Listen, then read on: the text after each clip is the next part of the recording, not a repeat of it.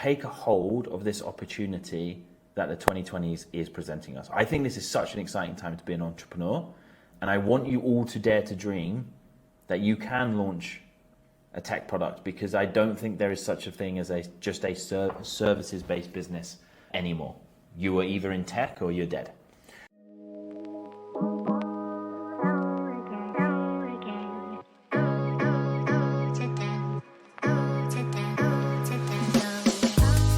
So look, why am I the person to have written this book? What authority do I have at all to tell you these things?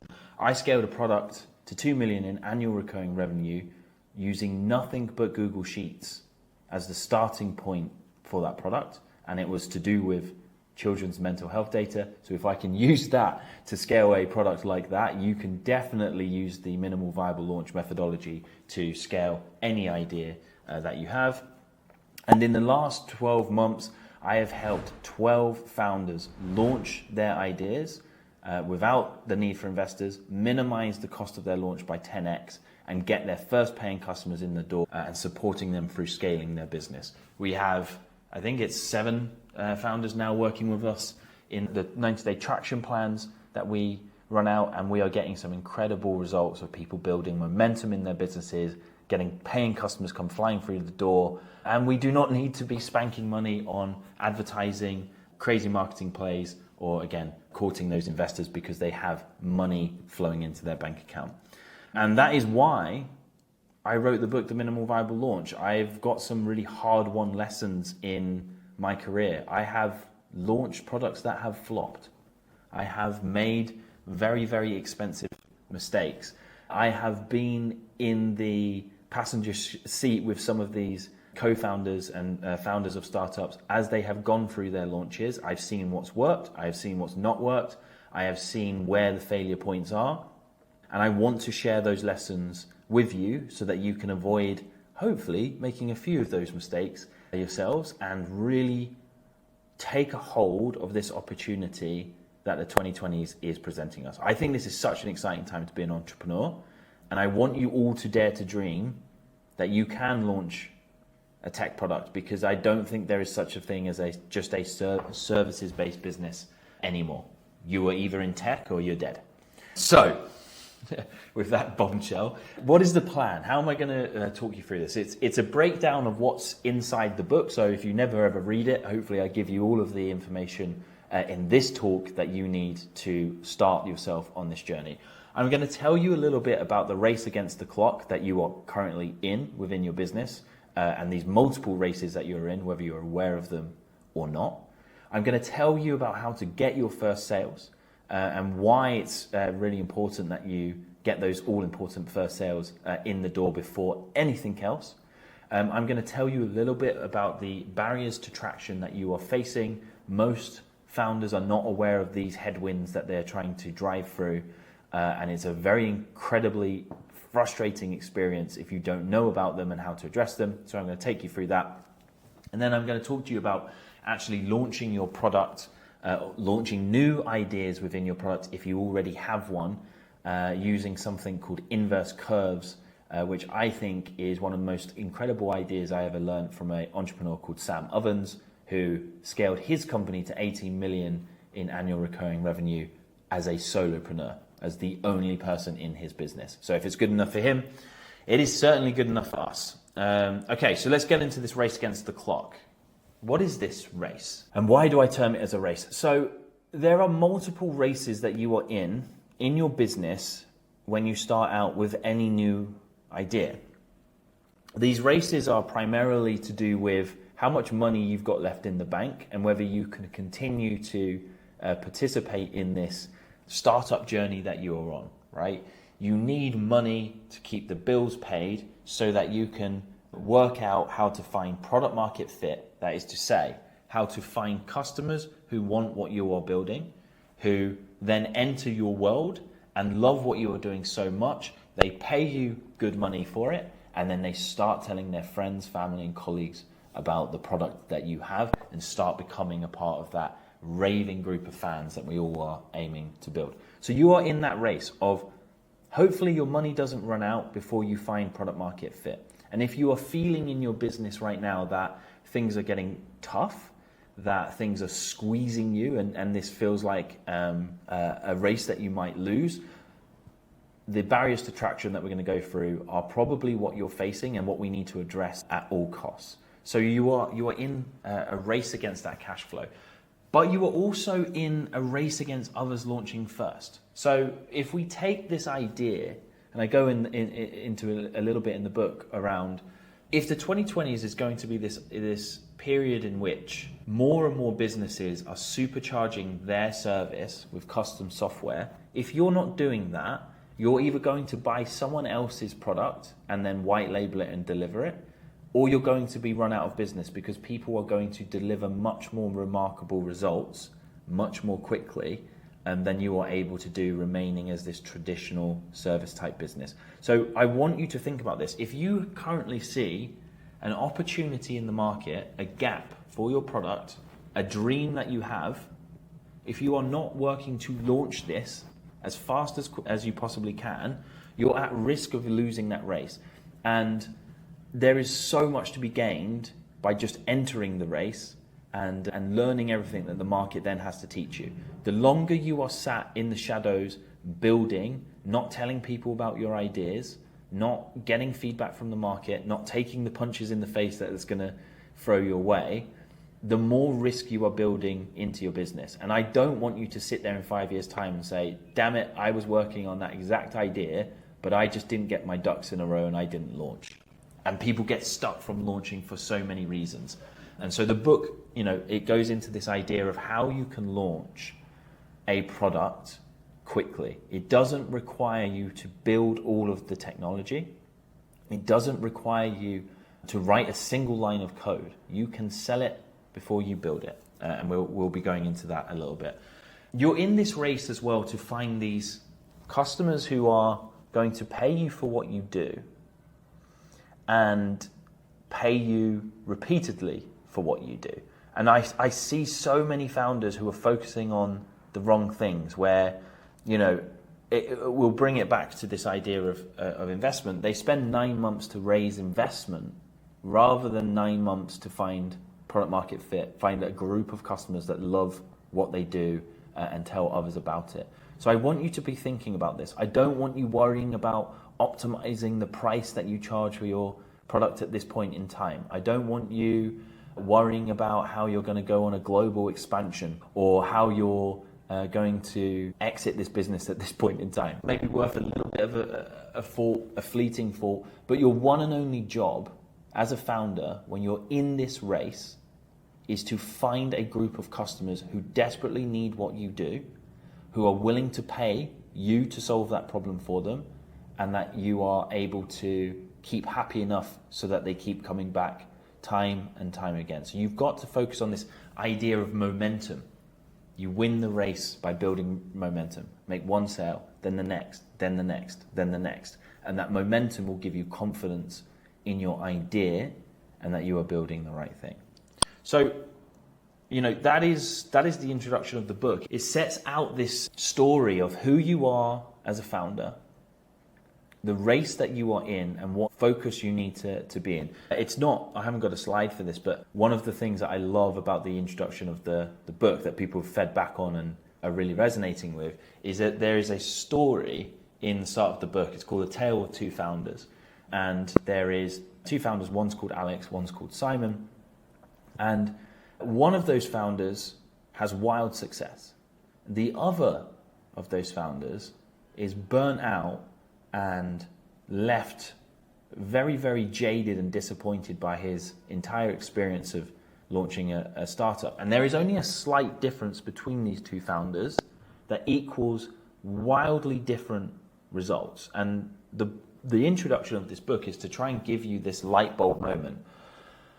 Alex is a founder who builds his product in such a way that he puts the customer at the heart of everything he does.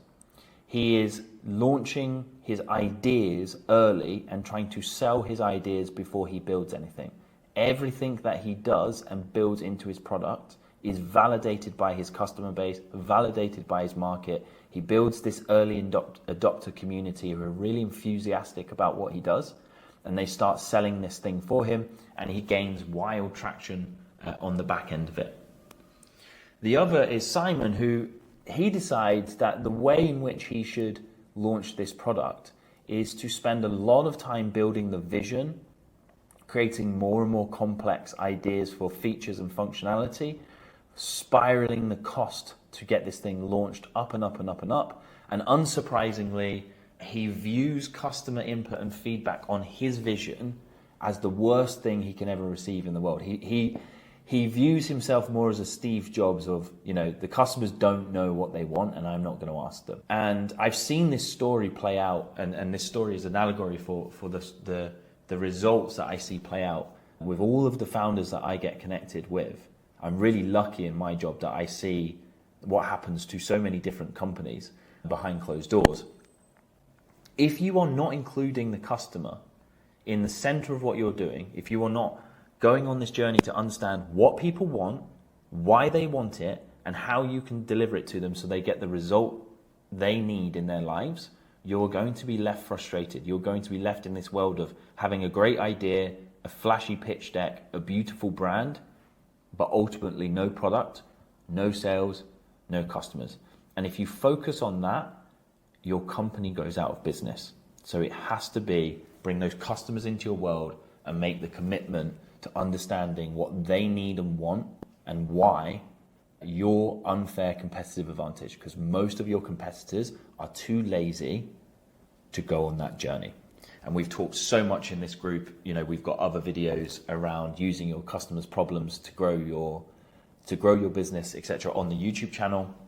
If you're interested in how to go into that journey, watch that video. It will teach you everything you need to know about going on that journey. In fact, someone in this group as well, Pippa, has just done over 10 of these research conversations this month, which I'm super proud of.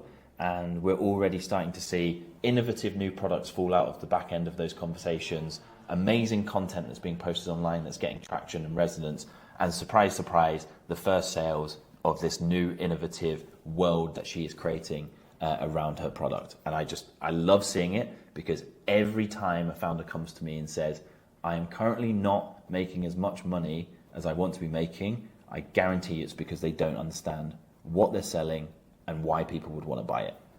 So, getting your first sales. We talked a little bit about this in the conversation today, but you need to be seeking the investment of your customers. That is to say, every time someone pays you, that is them making an investment in your product and your service. And if you are not seeking to sell your product, I don't really know what you're doing. And so the book talks about this idea in the sense of getting to yes. Your only job at the start of launching any product or service that's new is to get your first 5 yeses, to get your first 10 sales, and scale that out further and further and further.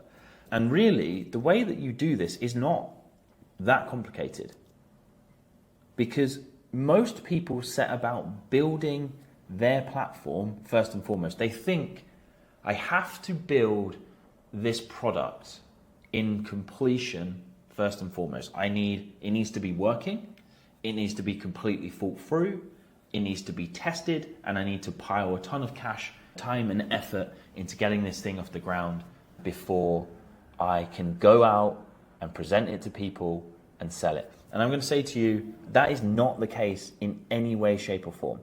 The best founders that we work with here at the Minimal Viable Launch sell visions, they don't sell products. They sell ideas of how they could solve people's problems. They don't spend any time, effort or money in building anything before they can sell it. And they work out increasingly clever ways to validate their ideas at scale before they do that. So again, a couple of you have been using the idea of wait lists in your businesses to start getting people to signal initial interest in an idea before you invest tons of money in getting it built, and seeing real good success with that. And I want to say to you, like, if you have a new idea in your business for a product or an add-on service or anything like that, do not spend all of the time in working out all of the minute details of your new product because it's not worth it. Go and focus on the vision, create something that is exciting, and that is all you need to sell it. If you can get people talking about their problems, and then you can present to them a vision of a product that solves that problem, you will have a crazy reaction to what you are talking about when you present that to them. And I'll give you a story of how we've done this here at the Minimal Viable Launch. So we have an idea for a product called Game Planner. Game Planner is this tool in which we are building to deliver our 90-day traction plan through.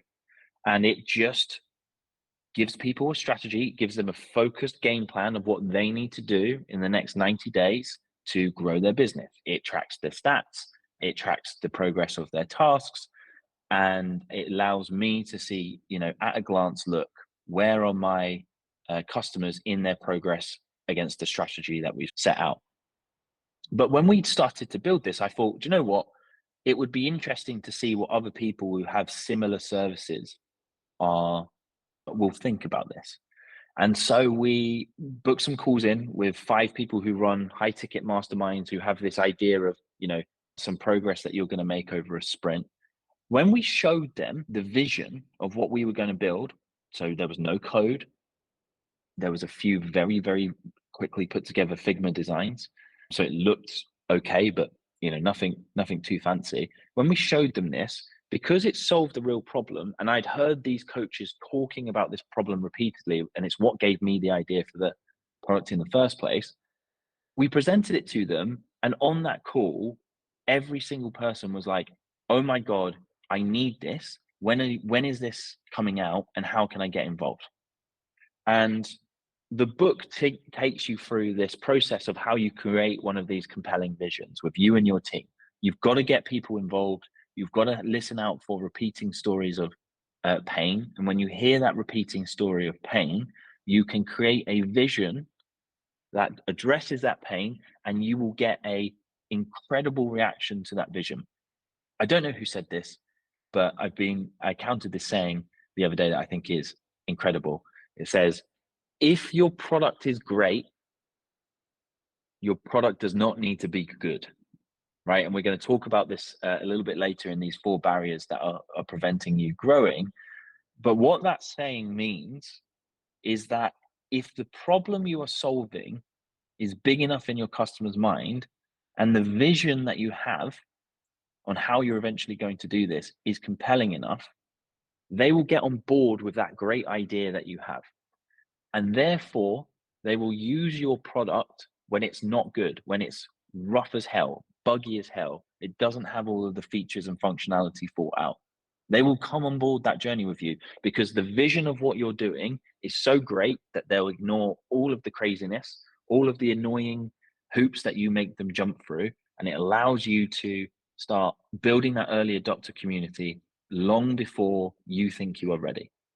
So you do not need to build a good product. You need to build a great product. You need to build a great vision. So here are the barriers. This is the meat of the book. And I think if more of you really examined your current progress against these barriers, you would make more progress in your business more quickly than you had done in like the previous 12 months combined. Because every time I work with a business, this is what I'm looking at. Do they have these barriers addressed? And if they don't, what can we do to address them as quickly as possible? So what are these barriers, invisible forces that are holding you back? I call them the invisible forces because unless you've been through this process and solved them, you're kind of experiencing a battle against the unknown unknowns. And so hopefully just by saying these to you today, you're going to be able to identify them and address them. So you need to be solving a burning hair problem. What does that mean? And why have I got this picture of a disgustingly rusty, horrible bucket there? The burning hair problem is an image that we use to illustrate a concept. And that image is, if your head is on fire and I've got a bucket of disgusting, dirty old water, it's rusty, it's full of goop and gunk that you have no clue what it is. Ordinarily, if I said, dunk your head in that bucket, you would be like, no way, I'm not doing it.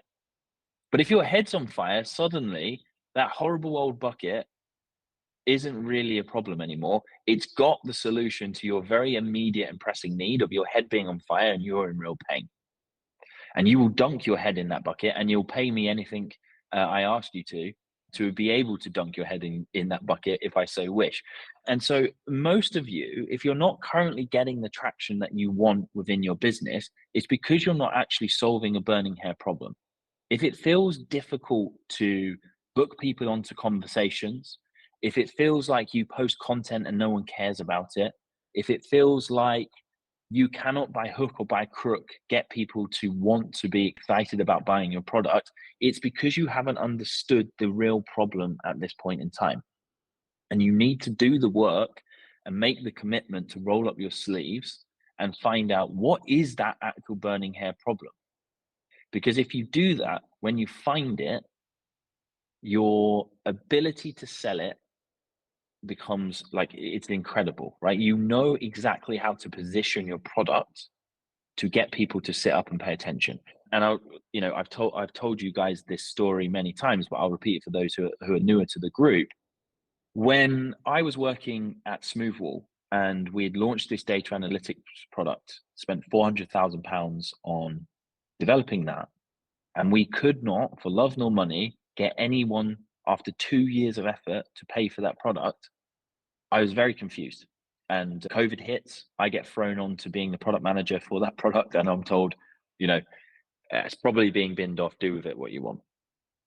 And luckily, I was forced to spend a week with two of our most moany customers. Like, this was kind of I was being given an unthankful task here. I was basically asked to babysit these two customers as they came to our office for a week to potentially cancel one of the biggest contracts that we had. And it was my job to chaperone them around, make sure they got teas and coffees, and basically be a bit of a lackey there. But in these breaks of these meetings we were having, they kept moaning about the same thing. They kept moaning about this fact that they were IT admins and the school teachers were asking them to run these reports repeatedly. And in their eyes, they said, it's not in my job description. It's not something that I was hired to do. It takes up loads of my day. It's really difficult. And I've frankly got better things to be doing. And that blew my mind because I was like, oh, like, why are we building this product for these people? The people who have the actual problem are over here.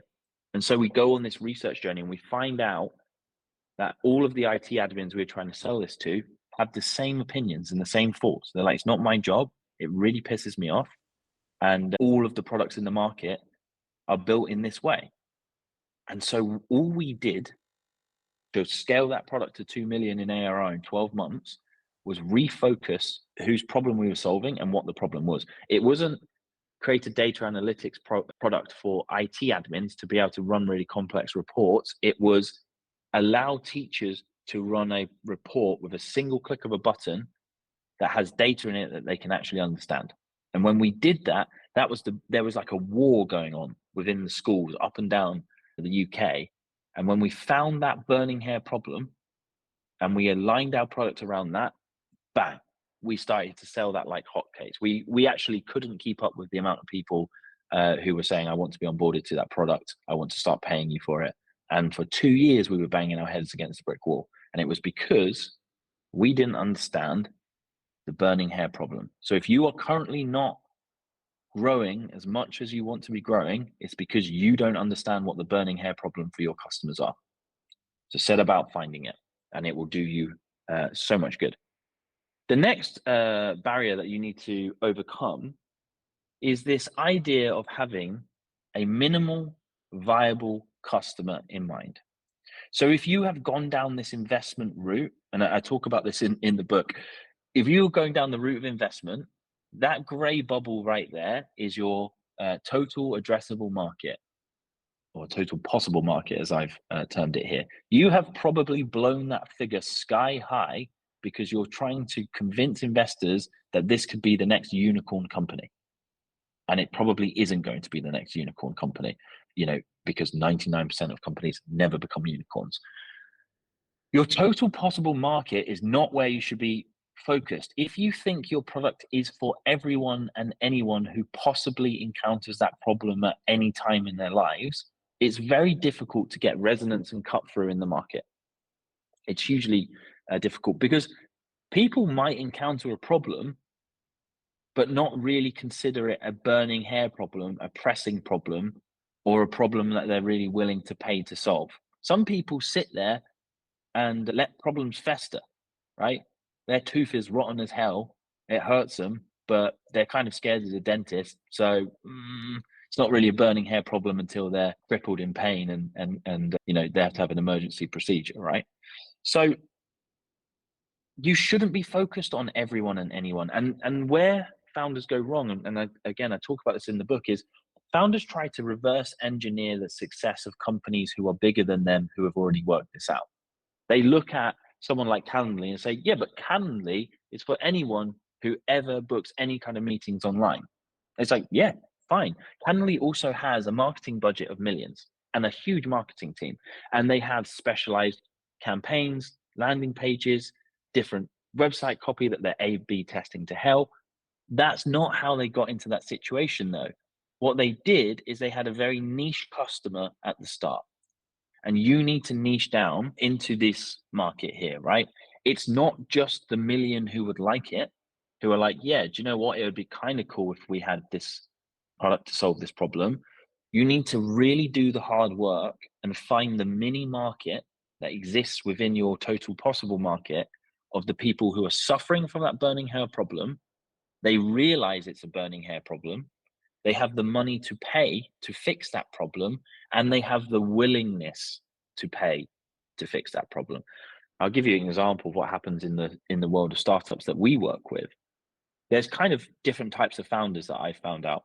There are founders who have no money and they are technical, and so they basically use Swequity to get their thing off the ground, right? They'll hack it together, they won't spend any money, and they'll throw all of the time that they have at this thing to get it working. There's no point us focusing our products on those people because they have a problem of needing to launch and start getting traction with their startup idea, but they don't consider that a burning hair problem, and they are not willing or able to pay to solve that problem. So there's no point in us doing it.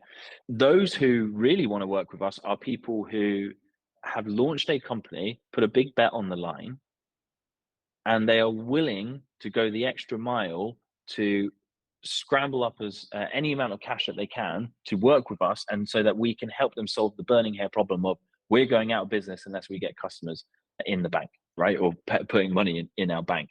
And they are usually, we find, people who have already been successful in business somewhat. They have taken a big gamble on a great idea that they found, and now they are looking to go faster, and they do not have the time to throw at the product, at the problem, but they have some money. Those are the 100 who need us right now, and that's where we focus all of our time and effort in terms of our work, right? So identify your minimal viable customer. Who needs you the most?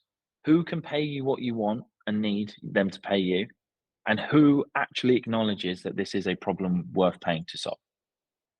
Then we have here is the idea of solving a problem worth solving. So this is the problem qualification matrix. If you end up on this square in any of these two bottom rungs, your company is dead, and we have to do something incredibly fast to fix that. Otherwise, you're going out of business, and hopefully you go out of business faster than sooner rather than later. Because if you go out of business later, you spend more of your life savings in trying to make an idea work that was never going to work. So what are these squares, right? The bottom left is companies that are dead or on arrival. They have a few total possible users. So it's a niche product, but the amount of value or the amount of times a customer will use that product in their lives is also low. So there's not many customers, and no one's willing to pay any money to basically use it. That is a idea. If you end up down there, and in the book I go through how you can actually look at your idea and give it some tests to see where you are.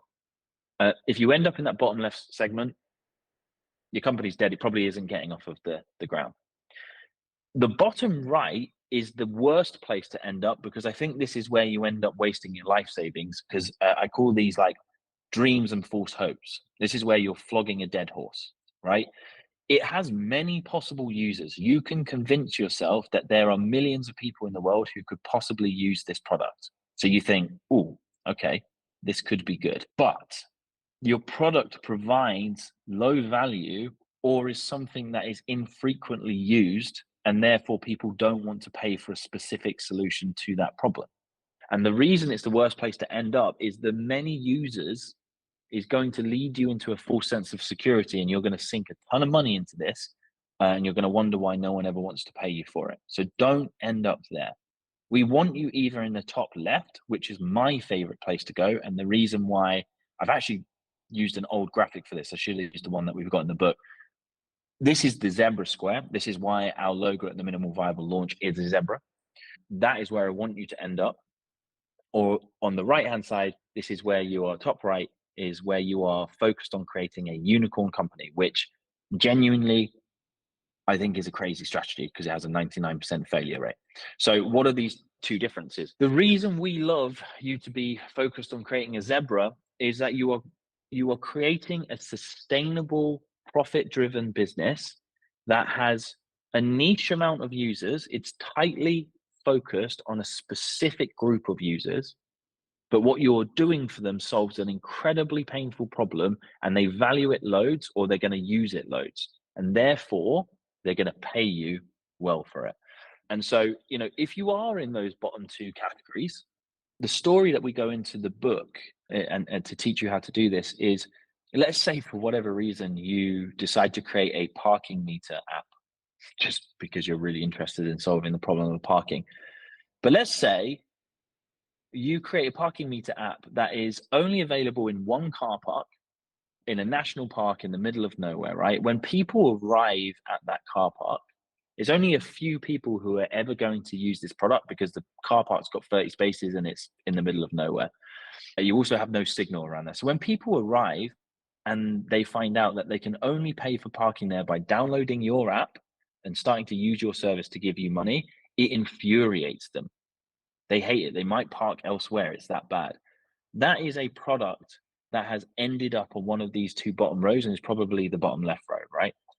You don't want to be there. If that same parking app instead started to say, do you know what? This is a common area that people go on driving holidays around, and here's the 30 most common stops. And also in the summer, these get really busy and you might arrive and have nowhere to park.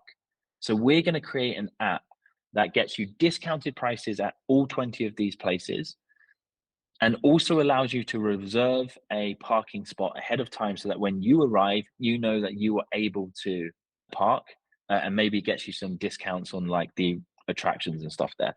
What you've done there is taken the same idea and worked out for those specific people, so it's still niche, how you can add more value into that product. Most of it isn't very expensive from a technology front either. So you rocket the usage of the usage or the value of it, and you end up in that zebra category. In the book, we go into much more detail about how you do that. But think about your product like this. How can you add more value? How can you add more perceived value? We talk about this idea of psychological moonshots, which is completely stolen from Rory Sutherland. You should all be looking at him intently. He's an absolute genius. So make sure you're in one of these top two quadrants. And then here is the worst of all of these barriers. This is the one that I see people fall foul of most often. And I think it's the trickiest one to identify in your business. So this comes from a story of someone that I knew who worked in a restaurant, and the restaurant owner was moaning at her all the time saying, this booking app that we use sucks. It's always breaking. Bookings get mixed up, and they take a 30% fee on every single booking that we made, which makes it really difficult to make money on that booking. So she sat there, she's quite a technical person. She's like, do you know what? I'm going to create a restaurant booking system. I'm going to solve this problem. And she makes one that's better. She makes one that's faster, and she makes it cheaper. And she onboards her boss onto that, and he uses it. He loves it. It solves the problem. It doesn't take the 30% fee. All good, right? So she thinks, right, we've got something here. I'm going to scale this up now to the rest of the world. And she starts approaching restaurant owners in a local area. Everyone's nodding along, saying, yeah, I hate my booking app. I hate my booking app. It's really annoying, etc., etc. She can't make any sales. No one is buying what she's selling. And she's confused. And we sit down for a coffee and we talk about this problem. She's like, I just don't get it. I don't get why no one's adopting the product. And I tell her about this inertia tax. And the inertia tax is, if your product is just better, faster, cheaper, you haven't actually addressed the real needs of the customer. You've made something that basically, like, that's table stakes. If your product isn't better than what already exists, why are we bothering? If it's not competitively priced, okay, we can talk about whether that's an actual need or not, if your product really is incredible. But if it's also like not faster, doesn't get a more remarkable result in a better amount of time, like, those are the table stakes. But that's not what's going to enable you to be successful or not. Any product that you create is going to require people to change their behavior to adopt it. And you have all of these invisible pains that adopting your product causes. So in terms of the restaurant booking app, everyone could see that it would save them money. It was probably better and be more stable. But here was the pains, right? And the reason this is on a seesaw is you need to stack the gains of adopting your product to outweigh the pain of adopting your product. The pain was the restaurant owners didn't really have the time to research the system and see whether they were, do their due diligence and see whether they were going to make a mistake or not. They also didn't believe necessarily that what she was saying is this is going to be more stable and they weren't going to make a giant mistake and have this thing break. Also, the thought of changing something that was at the very core of the business, because while it sucked, it did kind of work and it did have customers coming in. If they change and that suddenly stops, they go out of business. So the pain was massive. And what she needed to do to solve this problem was create this onboarding system, which took them in a handheld journey to adopt the system alongside the old system and transition slowly with a guarantee that her team would be responsible for reinstalling the old system if anything went wrong. And when she did that, the inertia tax balance went into the game. She started getting wild traction and recently just got a ton of investment from the Greek version of Shark Tank. I can't remember what the UK version is called of that TV program there. So if you are struggling to get people to use your product, it's because there is more pain in adopting what you are doing than the gain they get, and you need to 10x the experience. It's not good enough to just be better, faster, cheaper. You've got to be way better than that. Otherwise, what the hell are we doing? So let's wrap it all up. The final part of the book is all about launching your product, because you've created this vision, you've minimized the cost of actually launching this thing, you've understood the burning hair problem, you have a niche focused, minimal viable customer, you've ensured that you're solving a problem that's viable to solve, and you have addressed the pains of adopting your product. You're now ready to launch this thing. And how do you launch it? Because we've been telling you can do this without investors, right? And the thing that I've learned in my career as a product designer, product manager, and now someone who helps launch businesses all the time with founders, is there is a learning journey that you are on, that you have to be able to learn how to achieve product market fit with your particular product. And this is an individual journey for each business. Someone voice noted me the other day and said, you keep saying I've got a product market fit problem, Lee, but what I'm selling is a very well-known product. And I feel like I don't need to do this research because loads of people are selling this in the market. And I said to them, I went, yeah, the product market fit isn't a problem of your product not being understood by the market. Product market fit is a personal journey of you don't know how to sell what you are doing. And you need to go on this journey to learn how to position it, sell it, scale it, and attract ready and willing paying customers. You are on this journey. It's individual. And you can't just lift and shift that from another company by copying their landing pages and their adverts and their content. Try it. Go and find someone who has a product exactly like yours and copy all their stuff. See what results you get, because it will not work. So you are on this learning journey, and the longer it takes you to learn these lessons, the more risk you are at of losing that race against the clock that we talked about at the start. So you need to shorten your time to learning, or do the thing that I love the most, which is being paid to learn. You can get customers to pay you to learn about solving their problems in a better way. And the way we do this is this, I really need to come up with a new term for it, but it's this idea of the inverse curve. I mentioned Sam Ovens, this incredible entrepreneur who scaled his business to 18 million as a solo person business. This is his idea. I didn't come up with this, but I've kind of adopted it for technology. And this is what an inverse curve is. Most of you are launching software businesses and you are entering this valley of death down here. This moment where you've invested all of your life savings, you've done the friends, fools, and family round, you maybe have even burnt for a pre-seed round and stuff like that, and you are investing more and more money to build software, and you better hope that you're able to get to this point right here where you're able to acquire customers and keep them in your service to the point where they become net revenue positive, right? And then you enter this escape velocity and you get to play in the world of software where we have 90% profit margins and everyone's very, very happy, and sail off into the sunset on your yacht. That valley of death, though, that is where we get the 90% failure rating for startups in the tech world, because tech businesses are what we call J curve businesses. They suck to launch because they cost lots of money and takes you a while to learn how to achieve product market fit. On average, from the data I've seen, on average, it takes a startup 2 years, 24 months to learn how to find and achieve product market fit. That sucks. So unless you've got 2 years runway, the clock is ticking. Instead, you can launch the inverse curve, and it just means doing the exact opposite of what the software business is. And I'll give you an example of how this works, right? A bookkeeping firm or two influencers in the bookkeeping space saw a problem in their industry.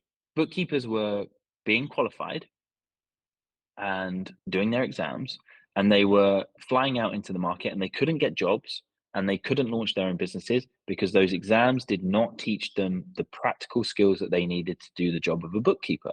So they come to me and they say, Lee, we're going to build this software platform and it's going to have fake clients on it, and we're going to use AI to give them like a real world experience of solving these problems for real clients. Sounds amazing. But I said, here's a problem. That's going to cost you quite a bit of money to build out and fully automate. And they're like, yeah, so I think we're going to go on this journey of raising. I said, no. Let's not do that. Let's launch the inverse curve. Because what you're talking to me about is giving people an experience of solving bookkeeping problems from a real client. I was like, you have the knowledge in your head to be the real client. Why don't we launch a test in which you set up fake email accounts and a fake persona on WhatsApp or something like that? You find 5 people to run through this scenarios where you role play as the real clients over the course of a couple of weeks. You really drive them hard, and then we see if going through that experience helps them gain the skills they need to launch their first bookkeeping business, or get their first job in the bookkeeping world. And I was like, not only will that cost you nothing to launch, other than a couple of pounds for the email account and domain, not only will that cost you nothing, if we launch the wait list for this to your community, we can get people to sign up who will pay you to go through that service. So we sell them build, and once they're paying you, you're going to learn all of the ways that this product goes horribly wrong, where the pitfalls are, the difficulties, the things that clients expected that you didn't deliver on, the things you did deliver on that the clients didn't really value, etc., etc. They're going to pay you to learn all of those lessons. And once you've learned those lessons and it becomes too much to bear, you're then going to be able to use that learning to build the software in a more laser focused way in which you will right the first time round. We don't have to rebuild and reposition, and it won't be a J curve business. You'll have addressed the J curve nature of the business, because as you start building the software out, you'll start transferring some of your manual customers into the automated platform slowly over time, and then you'll kill off that inverse curve. So I want you to think about this. If you have an idea for a piece of software, don't launch it by building the piece of software. Think very, very hard about how you could start getting paid to learn how to solve this problem. I have never ever worked with a founder where we've sat down and not been able to find what the inverse curve of their idea is. It exists. You probably don't want to do it, but it exists. And if you did it, you would be able to start putting money into your bank account tomorrow. And I wish more of you would do it. Okay, guys, hopefully I've delivered on the promise of giving you all of the core knowledge bombs from within the book of the Minimal Viable Launch. It is available for sale on Amazon, and pretty much only on Amazon. I was going to say in all good bookstores. We're not, unfortunately, guys, we're not that big yet. Maybe book 2. I hope you enjoyed that. I would love it.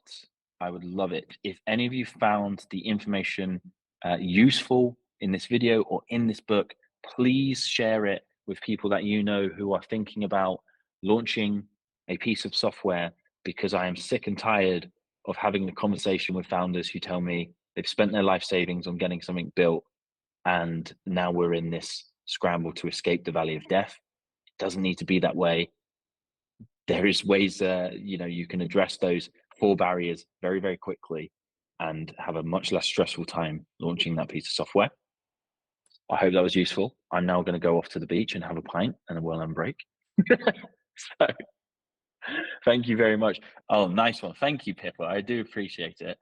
Thank you all. I'm actually going to say nice one. Thank you, Richard, as well. I really do appreciate all of the messages that we've been getting around this book. I've been having so many people send me photos with the book, with their cats on the book. Someone even put it into their child's bookshelf. I was not sure they're going to read that. I really, really appreciate it. You managed to help us get that #1 spot on Saturday, which is beyond my wildest dreams, if I'm honest with you. I've been overwhelmed with the amount of people that have bought it, shared it, and I really hope it, helps at least some of you to, achieve what you want to achieve. And watch out for book 2. Amazing, guys. Thank you very much. And I will see you all next week for our next session.